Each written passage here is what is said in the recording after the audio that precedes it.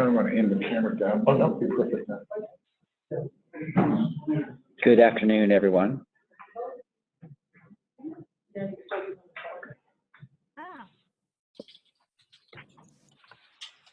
Excellent.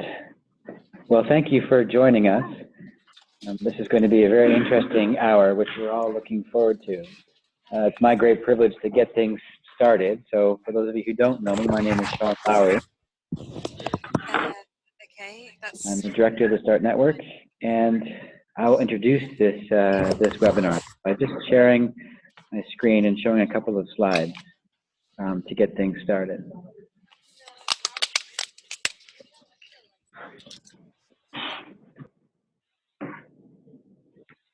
So the way to begin this conversation is to recognize that we all know that the humanitarian system needs to change. We've been talking about it now for a number of years.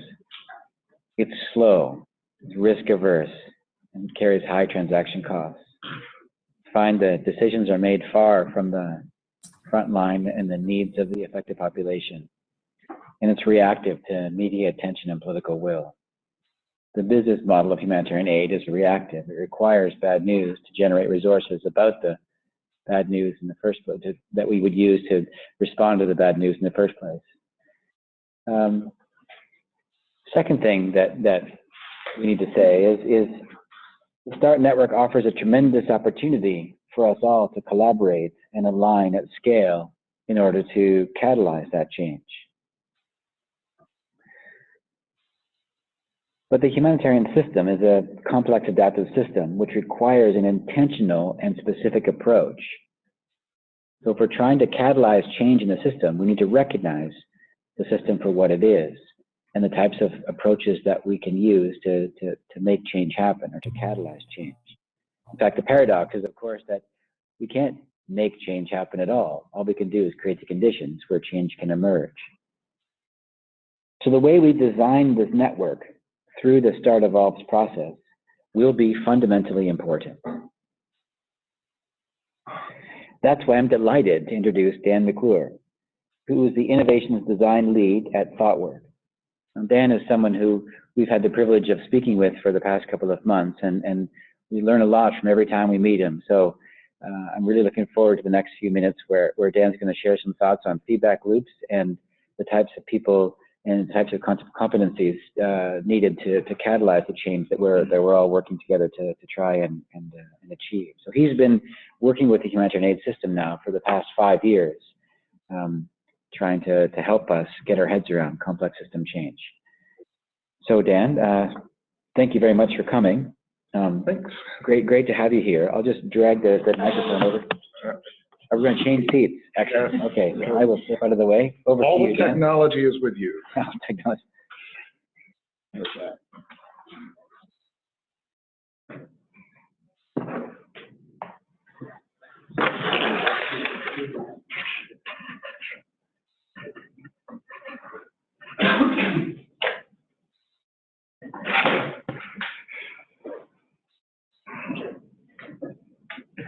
There we go. All right. No discussion of complex change could begin without a couple of pictures of meerkats. So I've now done a couple of talks with START around the whole challenges of systems change, complex change, and how we make really big underlying alterations in the way that the humanitarian sector works. And I got to say, this is actually one of the areas where the humanitarian sector is in many ways leading the rest of the world, because you have exposed complex system change problems that other people are just beginning to look at. So there's a lot of interesting things that are being pioneered in this space that I suspect will be carried into many other contexts.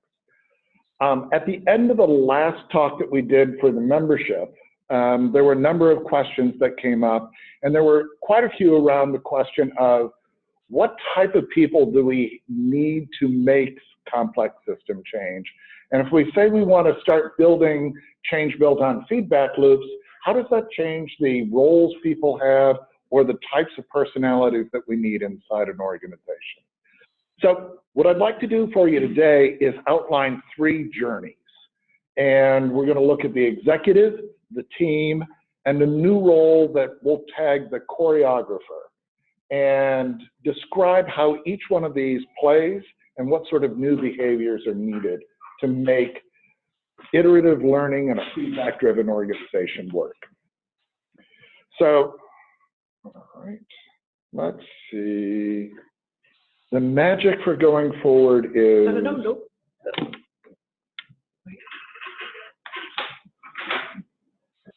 Nothing like not being able to make a computer work to inspire confidence. So, can everybody online see the entire screen, or are you seeing me? Can we move this down a little bit, maybe? Yeah.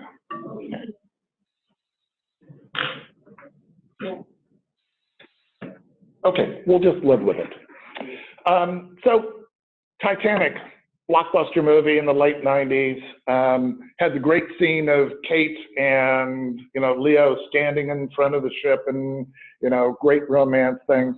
But my favorite part actually was where they were describing the strategic arrogance of the captain, of how even though he knew that there was icebergs ahead, he just kept his ship going full speed, confident that he would be able to turn.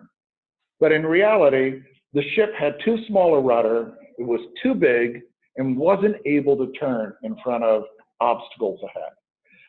That's the kind of thing that we find today with organizations and with entire sectors.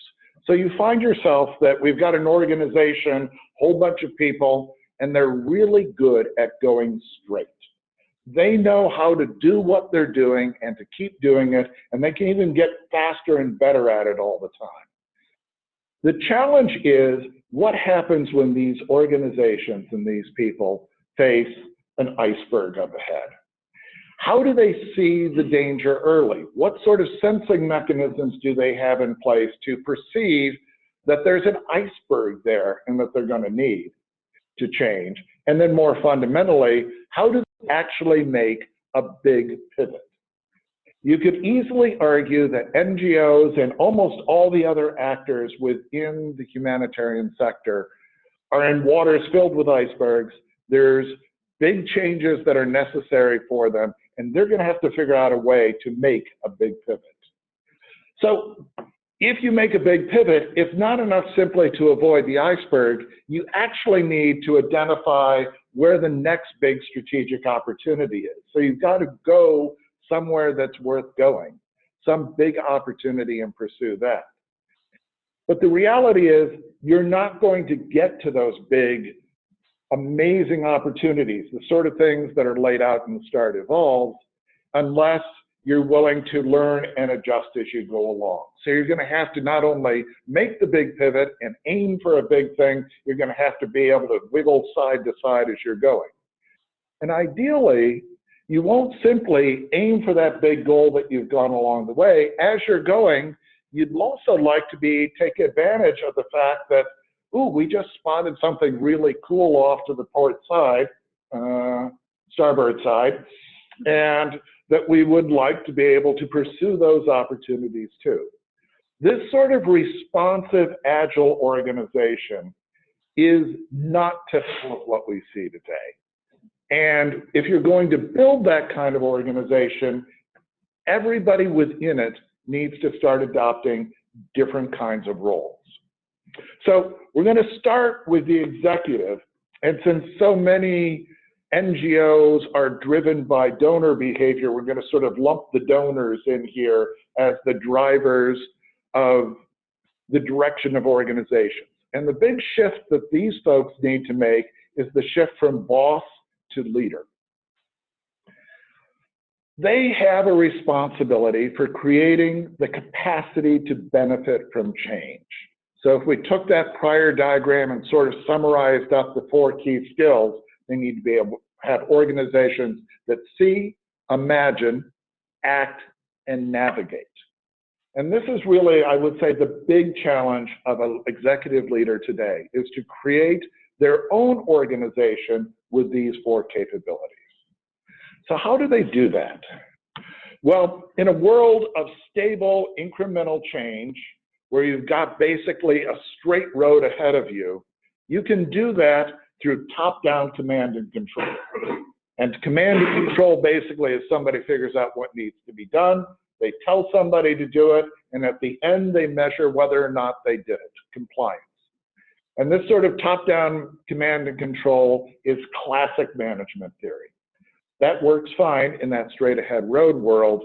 If you've got a fast-moving Le Mans world of twisty roads and everything, you can't imagine somebody sitting in the pit calling into the driver saying, left, left, turn left, and then right now. You need to basically have the people on the front line making more and more of the decisions. So instead of having feedback loops that go all the way to the executive, having the executive adjust and then drive change down, we're going to need to basically have people on the front lines learning and adapting as they go forward. So we're going to need adaptive learning loops that apply across the organization. Those adaptive learning loops have already been widely used in things like agile technology delivery teams. So an agile software team will test and learn, and they'll adjust their paths as they go forward. What's new in the last few years is the realization that these adaptive learning loops can be used across the entire organization. So that at the bottom you can have lean delivery teams, your project prioritization can be driven by adaptive learning, as well as your executive vision. So you've got essentially cycles of learning that are going on across the entire organization. So how does an executive enable that? Well, the first big responsibility of an executive is to shift the way they talk about what they want to get done. Almost all executives managing from a command and control perspective talk about outputs. You've got these projects that are assigned, you're expected to do those projects, and we're going to measure whether you're on time, in budget, whether you got all of your metrics done. And this is what an awful lot of the log frames are built around, is did you do the things we said you were going to do? It doesn't really matter very much in an output-oriented world whether or not the things you did actually delivered benefit. It's only the fact that you completed them on schedule and according to budget. There's a big shift when you start telling people about that you want them to achieve outcomes. Now you're basically saying, what I want you to do is to achieve a new goal that has this impact in the world. So for example, imagine you could say, I want you to deploy a new financing program. Well, you can measure whether or not you deployed the new financing program. But you could also instead say, I want you to make financing more available to new people and new communities. That goal leaves a lot of flexibility around how you do things, and you're not simply measuring the execution of the output. So that shift in representation of outcomes allows the executive to step back from the specifics of delivery and allow his teams to make more, his or her teams to make more choices. So this is good. This is the first step. You basically need to get the executive out of being the boss of what everybody is doing. There is a danger here, though. Executives who are sitting, looking down on things, whether they are donors or whether they are sitting in an executive boardroom, have this tendency when they see something going wrong to say, oh my God, it's going wrong. I'm putting on my Superman cape and I'm swooping in to save the day, and I'm going to fix the things that are going wrong. Swooping automatically destroys any team's ambition to use their own initiative around how to shape things, because they realize that as soon as the first sign of problems, that executive's going to come in and swoop away, and you're just going to be disempowered. So there's the first step. We need executives that set goals and can stand back and allow teams to work. The second piece is that we need teams that are empowered to actually take action. And I don't simply mean action in the sense of doing things, but action in the sense of making choices, deciding where to go, deciding how to approach a problem, which essentially, instead of the executive telling them everything they need to do, we've told them the outcome, and the team is empowered to make different decisions around getting that outcome. So the first thing you need to do if you're going to do that is you've actually got to have teams. And the humanitarian sector on macro represents what a lot of commercial clients look like on micro, in that everything is divided into separate pieces. And so you have this group over here working, this group over here working, that group over there working, and they're all separate from one another. You can't get collaborative action with that kind of fragmentation in silos. So you need to bring enough actors together who can do the different things necessary to take action on a problem. And if they're not working closely together, how are they going to make the kinds of race corner turns that you need to make? So this is essentially breaking down the sorts of efficiencies or the sorts of segmentation that we've had in the past. Those teams then need to be told it is actually not only okay to make decisions, but it's your job to make decisions based on feedback. We want you to iteratively learn and act and adjust. So we need you to be flexible, we need you to be collaborative, and we need you to be outcome focused. The good news is teams love this. When you finally get to the stage where somebody believes that you'll let them do this, there's a lot of energy around it. It may require training and everything, but people will largely buy into this. The third role is actually the missing piece to making all of this work. And we've dubbed them choreographers. The fact that we had to make up a name might tell you that this is not necessarily the most widely adopted role in the world. And really, what choreographers are about are the middle layer of management. Now, there's a phrase that we've often used in organizational change called the frozen middle. And typically, in command and compliance organizations, what you have is you have executives on the top thinking big strategic-y things, people on the bottom doing the detailed things, and then a middle management layer that's responsible for making sure that stuff got done according to plan. And those typically, two types of people typically populate this area. One is somebody who's organizationally skilled, like they're very good at keeping track of things, very good at tracking details. And the other one is somebody who is an expert on how the world used to work. So they have all the details on the way, like everything is the way it is today and why it is that way. So you've got subject matter experts and managers. And the problem is their entire job is to not learn. Their job is to basically make sure things go exactly as it was planned or exactly as it was in the past. So they tend to focus on very detailed things like tactics and details of design and maybe a little bit about how the bigger picture works, but they're really focused on the details of things. What we need if we're going to do learning and implement actual learning-based organization is we need somebody who actually processes the act of learning. So teams learn something, they say, oh, we need to make some adjustments. We need somebody who's thinking in terms of the big picture to help shape how that adjustment goes. So instead of a middle layer that's about not learning, we need a choreographer in that middle layer who is all about taking and internalizing learning and figuring out how to reshape it. Now, we've talked about this and sort of implying an internal organization team, but this is true of change across broader sectors. If you've got a whole bunch of organizations that are all doing things, a couple of places up here that are setting big goals, you need choreographers within multiple organizations to help shape and direct that learning. So this is sort of a meta skill, but it's typically embodied in a particular type of individual. That individual has a much broader focus, so they focus on broader issues like the playing field, needs, solutions, rather than on the details of things. So already they look very different than your traditional project manager. They focus on outcomes, and they're constantly asking, how do I get to the outcome better? How do I get to achieve that goal better? They are key to doing three major activities.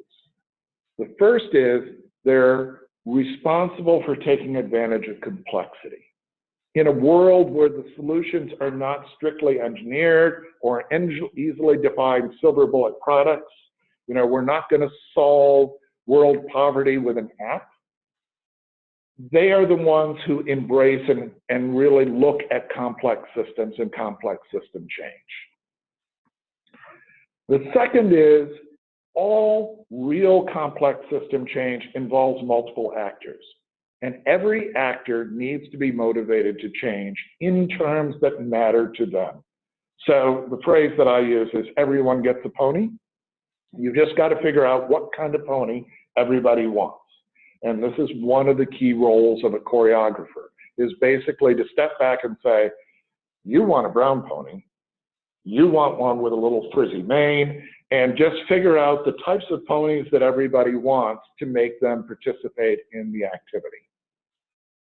The third key activity that we need these folks to do is to step back and see, this is the big goal that we want to achieve, this is the complex solution, but what kinds of adjustments do we need to make on the path there? We're not going to do a project plan that goes from simple definition of what today is to a simple definition of the future. Rather, we're going to have this very complex system that's going to evolve as things go along. You need somebody who sees the big picture to help shape those pivots. So these three things, understanding the complexity, figuring out how to create incentives, and understanding how to do pivots, those are all roles that are hard to find within existing organizations or systems of organizations. Choreographers come in sort of two different varieties. There's choreographers who like to think about big pictures and dream about like how something might look. And then there's choreographers that want to get down and dirty and make those big dreams work. We've called them action heroes. They're both rooted in the idea that they think in terms of big pictures, but they have very different orientations. One is about the architecture, the other one is about the action. Now, what's cool about a choreographer is that when you add them to your team, now suddenly you've got a team that is capable of delivering iterative change. You've got people to provide input, drive needs, researchers. Those were already part of your organization in most cases. You've got people who organize stuff and who can do things. But this really gives you now the ability to respond to change and learning. And this completes your team in an iterative learning organization. What do these guys and women look like? Well, they're polymaths in most cases. And actually, they're kind of mock polymaths, and I'll explain that in a minute. Have you heard the name T-shaped person? So a T-shaped person is basically somebody with broad expertise and then one area of specialization. And that's really supposed to be kind of good because, like, you see a little bit of the big picture, but you can still be that SME. I personally, when I've been hiring, have always hired pie shapes who have two areas of expertise and broad expertise. You can slightly chuckle at this point. But most choreographers are actually centipede-shaped people. So they seem to have a whole range of different types of expertise that they engage in. One choreographer that we tried to hire and were unsuccessful doing so was an expert botanist, museum director, and space scientist, all in one person. So you get these widely divergent forms of expertise. And it's misleading because it seems like you're looking for somebody who is an expert in all these different fields, like I want 5 PhDs or something like that. There we go, sorry, too many slides. The truth is, choreographers really leverage one trait. They see the world from a big picture view, and from that big picture view, they can be a pseudo-expert in a lot of different fields. Because they come from a way of quickly forming a holistic view of things, they rapidly become experts in multiple domains. And so they're very flexible to cross domains. So you don't actually need to interview somebody who's an expert in the 3 fields you're looking for. You need to look for somebody who has a big picture view, and in 3 weeks, they will be an expert in the 3 fields you're looking for. So where do we find these folks?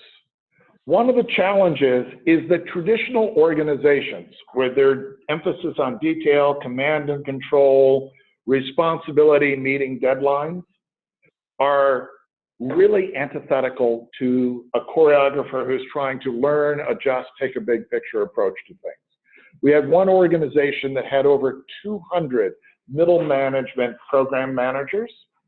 We evaluated all 200 of them, and the number of them that were choreographers was, not surprisingly, 0. They basically had created an organization that was incredibly effective at identifying and chasing away anybody who had a big picture view. And most well-managed traditional organizations do this effectively. And this is one of the reasons why when we look at big traditional organizations and say, why won't they change? It's because they've structured themselves with a middle management layer that is not about change. It's about repeated execution of things. And so the capacity to change isn't there. It's not simply that they're afraid or that they're low risk tolerant. We're actually asking the pig to sing. And the pig doesn't sing if they don't have any choreographers. So how do we find them? Well, the problem is there's no real clear definition of a choreographer's job. And so if you're out there hunting for them, you can find that HR has generally told them that they need specific skills. So they don't get hired for their general skills. They get hired for the fact that they took a project management course once back in college. There's no standard job titles for this type of work, and there's no job ladder. And as a result, when you look at a resume, you'll almost never find something that clearly shouts out to you, this person is a choreographer. So I'd like to offer you some non-scientific experience in my efforts to hunt and find choreographers. So first off, look for signs of big picture thinking. All the choreographers pretty much consistently that we hire on the Myers-Briggs, INFP, ENFP, that kind of thing, they're almost all N's. Once again, this isn't scientific, neither is Myers-Briggs, but N appears to be the thing. I'm an ENFP, just in case you're curious. There's almost in most types of skill testing or personality testing, there are clearly things that relate to big picture thinking. Like in StrengthsFinder 2.0, there's a strategic category. You'll find that they tend to show up with those types of markers. In addition, you'll find that they use big picture words. Holistic, big picture systems, thinking, connecting, synergies, architecture, vision, complete the future possibility alternatives. You know, that's the kind of stuff, that's the way they talk, and you'll find that sprinkled in their language as you're going along with it. The other thing about it is, this is a pretty deeply embedded aspect of most choreographers' personalities. And as a result, you will find in second grade, they were coordinating their second grade class to produce some massive project, you know, involving 18 students and da-da-da-da-da. And you'll see this early on and demonstrated rather spontaneously. So like the phrase that I ask is, what's what's the first time you remember doing the thing you do? And you'll get two things out of that. What it is they think they do, and some evidence of whether they did it after college. Choreographers are both embarrassed and proud of being rogues and going rogue. So if you give them permission, they'll start telling you stories about how they crossed silos when they weren't allowed to talk to the other group, how they rescued an initiative that was being driven into the ground by project management, or how they took over and led without a specific mandate. They will create and lead big picture efforts, almost despite the fact that they weren't originally hired to do that job. So I don't think I was hired as a job as a choreographer until like the last 10 years of my career. I almost always snuck in and did it, without permission. Their careers on their resumes, what you want to look for is scatter. You want to see roles that don't make sense, and you want to see domains that don't make sense from one after another. So, I was a peanut farmer, and then I, re-engineered a highway system, and then I became a deep sea diver manager, or, they're all over the place. And their college degrees will typically have a certain eclecticness to them. Either they'll have college degrees that are mixtures of everything, or they'll have a surprisingly okay, you're the head of technology for a company like ThoughtWorks, but your degree is in classical languages, which actually is true for our head of technology for ThoughtWorks. So you'll get these sort of mixed mismatches of things. Choreographers, young choreographers are like over-energetic dogs. They tend to annoy people a lot.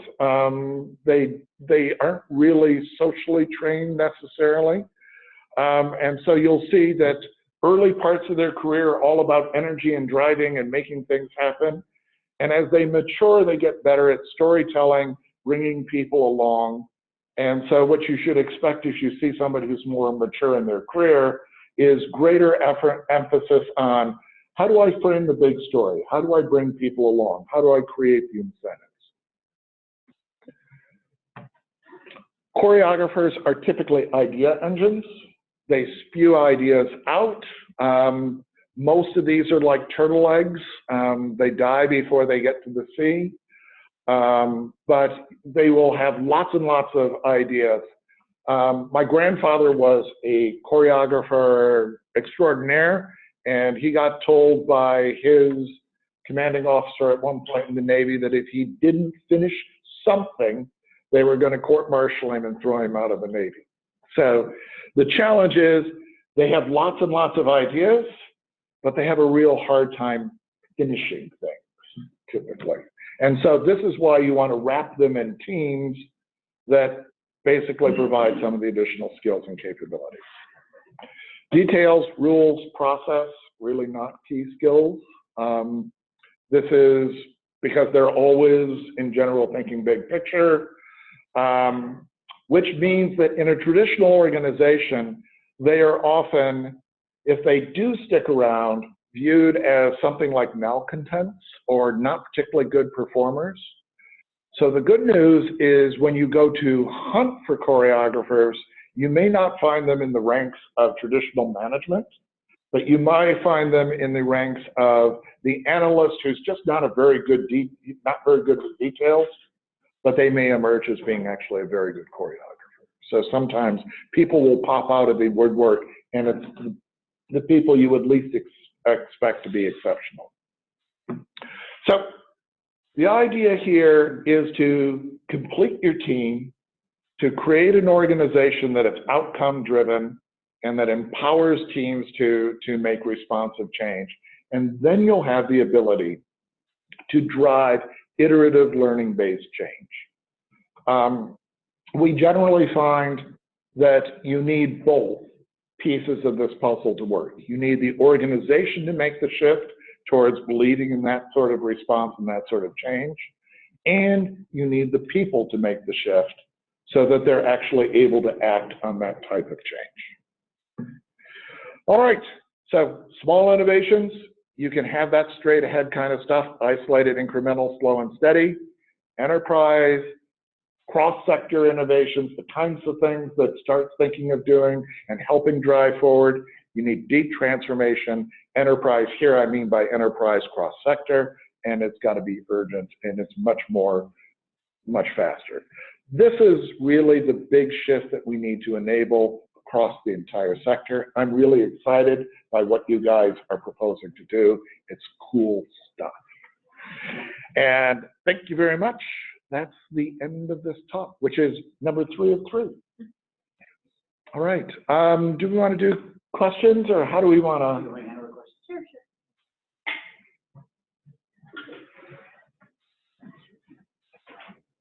So then I'll stop sharing the screen so that I can stop share.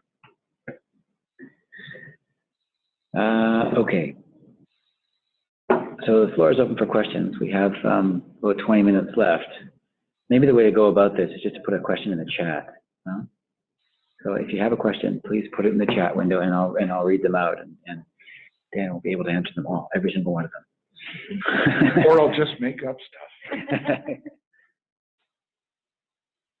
Anybody have a question in the room while we're waiting for something from the chat? Yeah. I'm just going to ask, in an organisation of, say, 30, which is roughly what the staff team is at the moment, what proportion of assets do you need to make things work? I mean, roughly, but you need 2, you need 5, what sort of thing? You better repeat the question. So. Yeah. So how many choreographers do you need? The answer is you need a small number of choreographers to the total size of the team and the effort. So I would say if you had a team of 8, you might need 1 or 2. If you had a team of 100, you might need 3.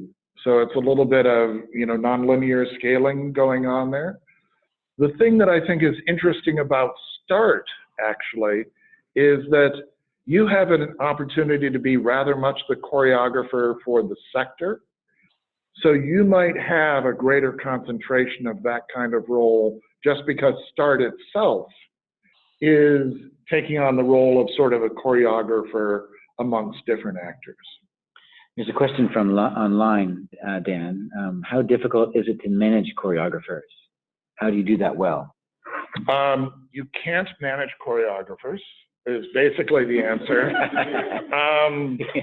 The way you manage a choreographer is basically you point to the spot that you want them to go, and you get them going, and then you make them report back on their progress to getting to the spot. But you don't really try, and this is really true of responsive teams as a whole. You're not micromanaging their day-to-day activities. You're asking them to demonstrate successes to you. Another question, where does the choreographer best sit? Is there a legitimacy problem if the choreographer sits in the incumbent system rather than in the emerging new system? That's interesting. I've seen them in both. I would say the key thing is the choreographer needs to be empowered to work with people who are part of the change. And so wherever that would make sense, I think. If people are all part of the old system or are the ones that engage with change, I think it'd be perfectly fine to have them as part of the old system. And what's the experience of doing this when you're working in a collection of organizations such as START? Multiple choreographers across each organization, empowering a shared choreographer, etc.? I don't know that there's a lot of good evidence on this right now. I'll tell you what I think my gut reaction is, and my hypothesis is. You can't have 1,000 choreographers, because then what you basically do is you have, rabbits going in every direction. So there needs to be some centralization, or at least deep collaboration amongst them. But there's so much to do in this sector. I think you could have a group of choreographers working tightly together, say within START or within some of the other cross-sector organizations, and then leverage choreographers in like within inside Oxfam or within inside, you know, some of the other NGOs. My model right now, and what I'm looking at, is how do we create a collaboration amongst choreographers that are in these cross-sector organizations like START, Net Hope, and et cetera.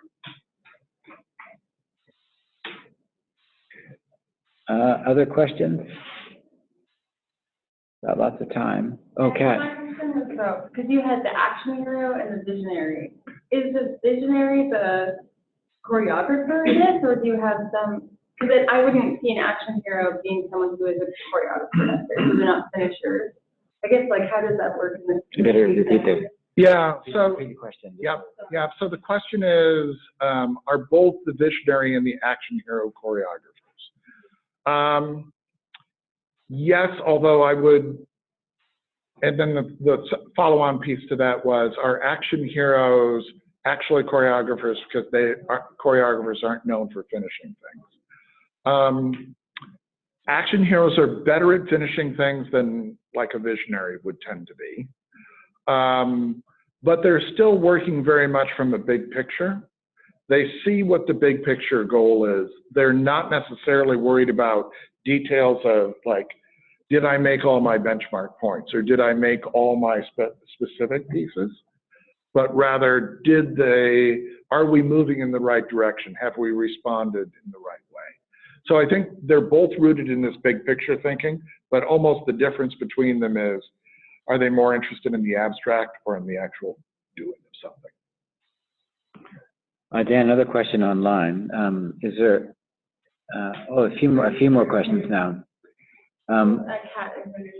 Why don't I read them all three? Okay, yeah. Three questions at once? I don't know. See how the buffer works. So in order to be successful, do you think we need donors themselves to have choreographers, or can our choreographers bring them along? It will be easier if there is a choreographer for you to work with in the donor, but more to the point, you need the donor to recognize and validate this outcome-based change. If you think you're a choreographer, what advice would you have on that choreographer finding a role or an organization they'd be happy in? So there's two models for this. Historically speaking, the answer there was you sneak in the back door and then you try to alter the organization to be this kind of thing. So you become a change maker in the organization. I can tell you from personal experience, that's a fairly painful process to go through every job change. The good news is I think there is now greater understanding of the need for complex system change, and it's easier to make your case up front, or even to find organizations that are more actively looking for this type of role. Is there a correlation between the specific leadership type and a good choreographer? Ooh, could we give me a sense of what you mean by leadership type? That's Marion Casey. Marion, can you say more about what you mean by leadership type? And maybe we'll come back to that one and do the question after it. Next question. Can you elaborate a bit on the conflict of the person-focused approach of choreographers versus creating a system that works, not necessarily because of the skills of individuals? So I would say the goal of the choreographer is to create systems that work naturally with the skills of individuals. That's really what, when we're looking at complex change now, it's about shaping complex systems that work. Systems that work, however, despite the skills of individuals, tend to be very static, and they tend to go in one direction. So what choreographers are really about is when you need to change systems. It's easier if we actually read them. I can read behind you, so. Oh, cool. If you answer into the screen there. All right, our mic's on this side. Yeah. Leadership types, the conflict. Okay, the next one. Challenge. So how do you engage people who don't like change? Ponies. Yeah. So actually there's two things. Ponies and asking them to do things they can actually do. One of the things that I think us who are believers in change we tend to do is we tend to ask organizations to make types of change and change in ways that they simply are incapable of doing. And so we need to both understand the types of change that are possible for them and then provide them the right type of pony. And this is a big part of why that missing piece in the middle has been so important. We're so much better historically at heading in straight lines. Wouldn't there be some sense in helping starts better understand the end point and then going straight there? Or is that too old-fashioned an approach? So you absolutely need to understand the end point. One of the popular innovation methodologies that occurred, about 7 or 8 years ago was Lean Startup, where we're just going to sort of iteratively test out ideas and randomly jump around until we discover a winning product. That won't work if you're dealing with a complex system. There are too many things that need to work together for you to simply say, we're just going to randomly try things. That being said, if you're building a complex system, there are too many things that you do not know and cannot know at the point that you start the journey. And as a result, you're always going to have to be making adjustments as you go forward. Even if you were to have perfect knowledge up front, by the time you got halfway through the journey, something would have changed and you'll need to adjust. How does this apply to small and medium-sized NGOs or newer networks like STARTs? Seems like this may apply mainly to larger work units. Actually, the traditional entrepreneur leader of a smaller organization is probably a choreographer. So I would say where you saw this most was actually originally with smaller organizations. And the new piece here is the idea that this sort of entrepreneurial learning-based thinking is being applied to a larger organization. So last question for now. What if there aren't enough ponies to go around? And at the risk of stating the obvious, a lot in the sector feel like it's under siege. The resources are flatlining, where wagons are circling. How many are innovating their way through this problem, and how many are trying to just compete with the others in order to retain their market share? Yeah. So the first thing I would say is not everybody makes it through change whole. Like some people don't make it, and that happens sometimes. But it's also worth remembering that there's lots of versions of ponies, and we tend to view ponies as a zero-sum game. Like there's only so much money and we're all going to fight for the money. But in reality, there's often many ways that you can incentivize organizations, individuals, actors to do things. And part of the, I think, art of large change is to imagine alternative ponies that don't necessarily get you out of the zero-sum game. What about business models that work across organizational boundaries? I mean, some of this seems to, assume, I think in networks anyway, of interdependence across organizational boundaries. Yet our organizations are closed boundary things. Have you seen examples of organizations that are able to, pay the bills while collaborating across traditional boundaries? Yes, although once again, I would say this is one of those areas where I think the humanitarian sector has the opportunity to demonstrate something that other sectors will learn from. I mean, I would say it's a very inspiring message for us to hear, because I think that everybody thinks their own system is, special and unique. I think the humanitarian system will work quite hard on ourselves. And I'm not sure that we recognize that we're out in front. I think we probably think we're pretty far behind. Yeah, well, so to be clear, what you're out in front on is you've discovered the really hard problem ahead of everybody else. So I think you've got a really challenging multi-collaborator problem that only can be solved by collaboration across organizations. And the commercial sector isn't there yet, but they're going to be there.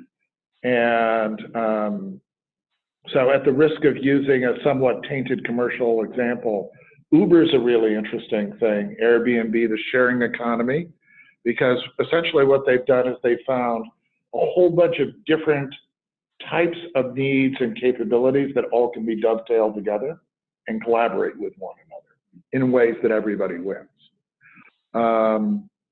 I think more broadly, and thinking much more broadly than that, you know, the humanitarian sector has just as many different opportunities to do that. So the future is bright. Oh, we still have time. Okay. We still have more time. I guess we don't have to fill the hour if we don't need to. But those of you online, there's still a few moments left if you want to ask another question. The leadership style question. Do we have That's for Marion. Hi, Dan. Hi, Sean. Hello, it's Marion. Marion here. Yes, thanks. The question, how are you? The question was really about, it's my best example in choreography. For me, that takes quite a strong type of personality to choreograph that. So in my mind, a choreographer needs also to have a lot of and quite strong leadership skills. And I suppose if you're talking about leadership, I don't just equate leadership with CEOs and the senior management level. I equate it with many different levels across an organization. So perhaps there hasn't been much research done on this, but you know, are those types of leaders who are choreographers also, are they kind of autocratic? Are they transformative? Are they kind of participatory kind of leadership people? You know, has there been much study or work, or in your own perception, what type of person is that? Over. Yeah. So a couple of years ago, I was doing a talk on this, and I introduced choreographers with a set of ballerinas, you know, up on the screen. And this rather tall, lithe woman rushes up afterwards and says, "I love that. That's so exciting for me. I've been a professional ballerina for the last 15 years. And we collaborated on an article together that looked at the choreographer style, the leadership style of actual choreographers, and with a lot of her guidance. So coming out of that, what we found was what you might expect, that there's a number of different styles that are applied. So there's the classic sort of Russian, I've got the picture in my head, I'm telling you how this ballet will work, and all the pieces are shaped in my head. There's a much more iterative style where I've got sort of this idea, let's test it out. We test it out, then I go back and mull it over in my own mind, and then I come back the next day. There's a style of choreography where it's basically like, you are all wonderful dancers, go dance. And then you see what happens. And then there's a final version that she identified, and if she was here, she would give you like all the example names of the choreographers that represent each one of these. But the last one is basically a rather mechanistic style, like I'm going to coordinate all of these different pieces by specific rules and how things fit together, which might be more along that line of the system, you know, like organizing a system. So I think the answer to it is, if we look in the arts field where this is actually much more of a real role, there's a number of different leadership styles in the way that gets expressed. So if the START network is trying to get hundreds of people in hundreds of organizations to align around something, there needs to be some sort of trust in the integrity of the process. We can't create a plan with all the details worked out, because it's got to be iterative. Yep. We got to have some sort of idea of where we're heading, but that may change because change is also emergent. So what advice would you give us for creating a process that we would trust, so that we can sign up to something that has an unknown future? So I think there's a couple of things. Certainly doing all the things for normal trust building. Be trustworthy, be good people, be collaborative, be communicative, all those basic things. From a storytelling perspective, storytelling becomes incredibly important here. the way that I normally do this is get people to buy into the need, understand the need that they're buying into, then get them to buy into a basic approach to the solution, and then get them to buy into some early experiments to moving that forward. So it's generally easier to get people to buy into the need for the mission, and then you start talking about the details of things, but you phrase the details of things of, we're expecting to be iterative here. We're going to stay true to solving this problem. We're going to stay true to our basic theory of change approach to the problem, but then we're not going to necessarily lay out 100 things we're going to do. We're going to say how we expect to move forward on this thing. In the back of our minds, we've got the big picture of how all these pieces fit together, but we're not necessarily asking everybody to do the choreographer's work of internalizing the big picture.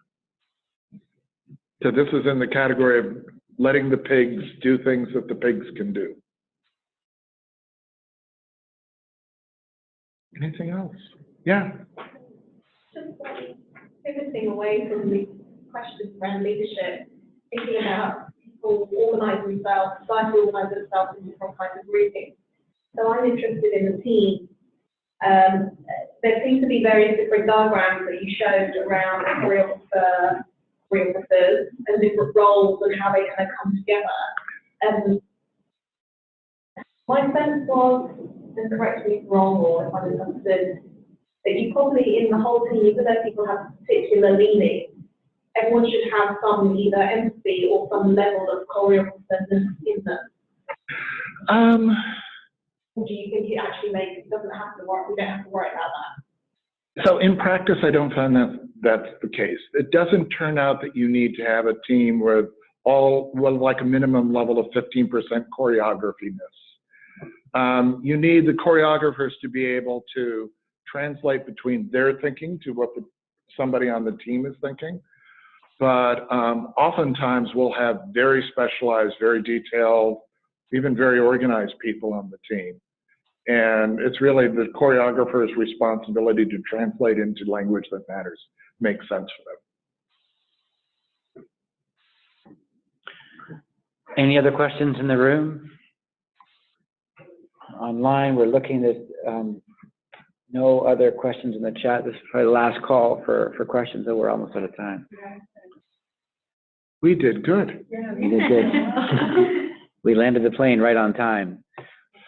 Well, Dan, thank you very much. That was really exciting and really inspiring. Lots to think about here, and I hope that those online are just as interested as those of us in the room to seeing how we can apply some of these ideas in the START network. And I hope we can still continue to work with you. Yeah, I am genuinely excited by the kind of thinking that I see here and the kinds of missions that you guys are taking on. It's exciting stuff. It's meaningful systems change, and yeah, I hope you're successful with it.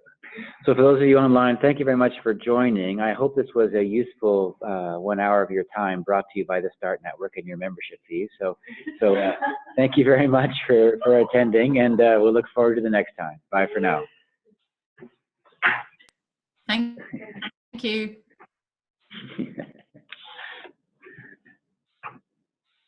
I think probably